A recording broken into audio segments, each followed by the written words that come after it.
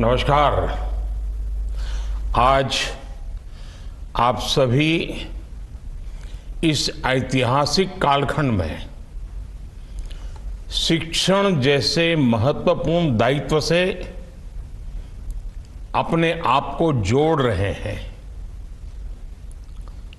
इस बार लाल किले से मैंने विस्तार से बात की है कि कैसे देश के विकास में राष्ट्रीय चरित्र की अहम भूमिका है।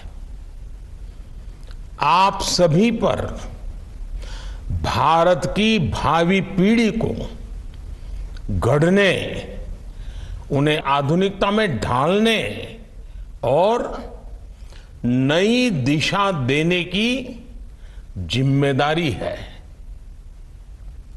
मैं मध्य प्रदेश के प्राथमिक विद्यालयों में नियुक्त होने वाले 5,500 से ज्यादा शिक्षक भाई बहनों को बहुत बहुत शुभकामनाएं देता हूं।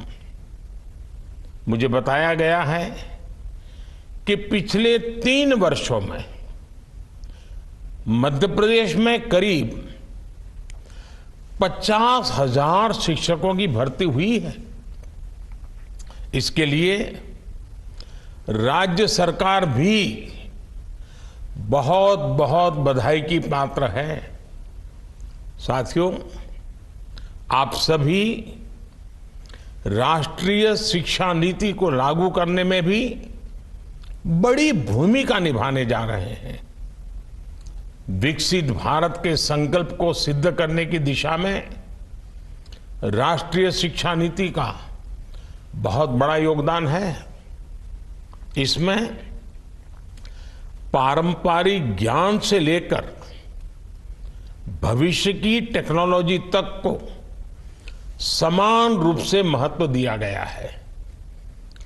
प्राथमिक शिक्षा के क्षेत्र में नया पाठ्यक्रम भी तैयार किया गया है।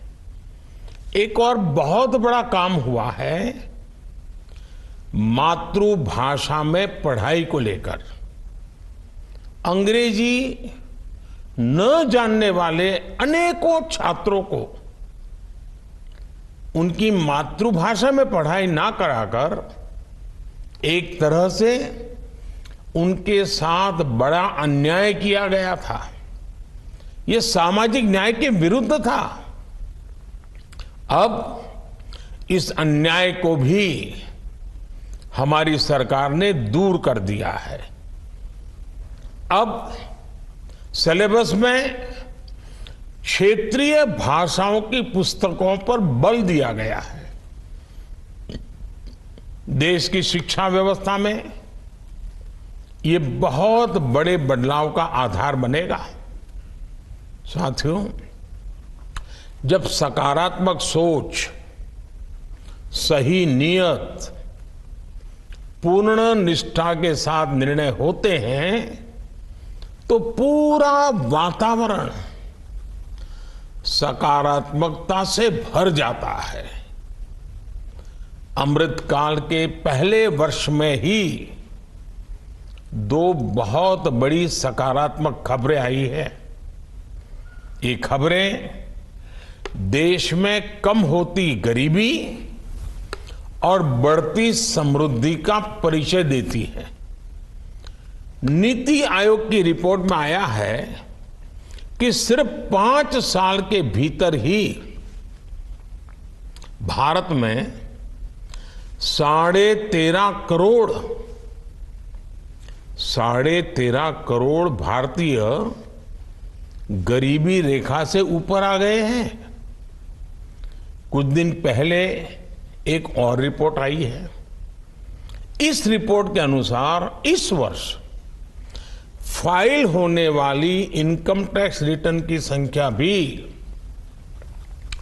दूसरा महत्वपूर्ण संकेत दे रही है। पिछले 9 वर्षों में लोगों की औसतन आय में भारी बढ़ोतरी हुई है। आईटीआर के आंकड़ों के मुताबिक 2014 में जो औसत आय, एवरेज इनकम करीब 4 लाख रुपए थी, वो 2023 में बढ़कर 13 लाख रुपए हो गई है। भारत में लोअर इनकम ग्रुप से अपर इनकम ग्रुप में, लोअर इनकम से अपर इनकम ग्रुप में जाने वालों की संख्या भी बढ़ी है। ये आंकड़े उत्साह बढ़ाने के साथ साथ इस बात का यकीन भी दिलाते हैं कि देश के हर सेक्टर को मजबूती मिल रही है और रोजगार के अनेक नए अवसर बढ़ते ही चले जा रहे हैं। साथियों, आयकर रिटर्न के नए आंकड़ों में एक और बात नोट करने वाली है, वो ये कि देश के नागरिकों का अपनी सरकार पर भरोसा निरंतर बढ़ रहा है। इस वजह से देश के नागरिक ईमानदारी से अपना टैक्स देने के लिए आगे आ रहे हैं, बड़ी संख्या में आगे आ रहे हैं। वो जानते हैं कि उसके टैक्स की पाई पाई देश के विकास में खर्च की जा रही है। उन्हें साफ दिख रहा है कि 2014 से पहले जो अर्थव्यवस्था दुनिया में 10वें नंबर पर थी, वो आज 5वें नंबर पर पहुंच गई है। देश का नागरिक वो दिन भूल नहीं सकता जब 2014 से पहले घोटालों और भ्रष्टाचार का दौर था।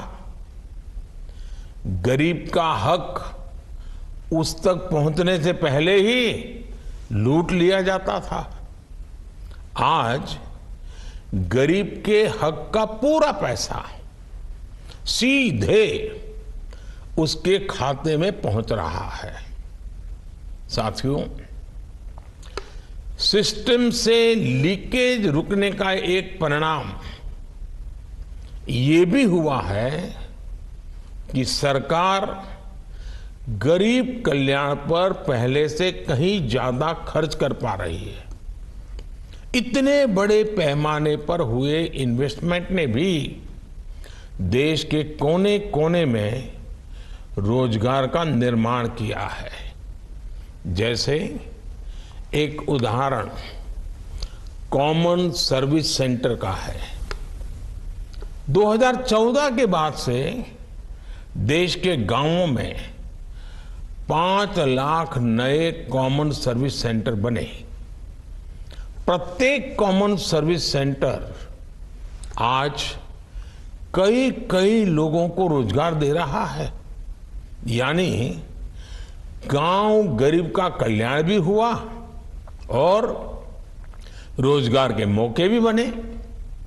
साथियों, आज देश में शिक्षा, कौशल विकास और रोजगार, इन तीनों ही स्तरों पर दूरगामी नीति और निर्णय के साथ अनेकविध इनिशिएटिव लिए जा रहे हैं, अनेकविध काम हो रहे हैं।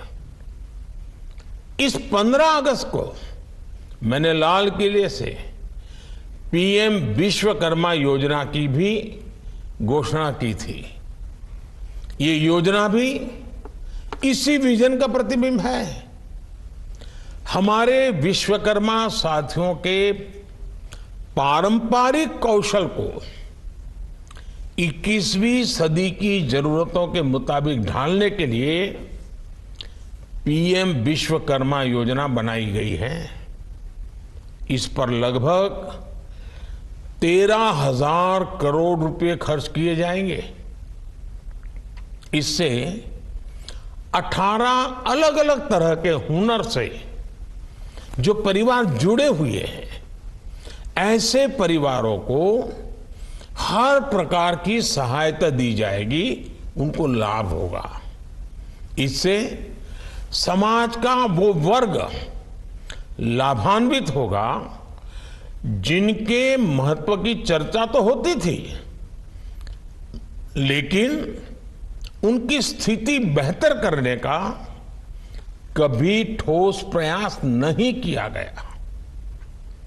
विश्वकर्मा योजना के तहत लाभार्थियों को ट्रेनिंग के साथ ही आधुनिक टूल्स खरीदने के लिए वाउचर भी दिए जाएंगे।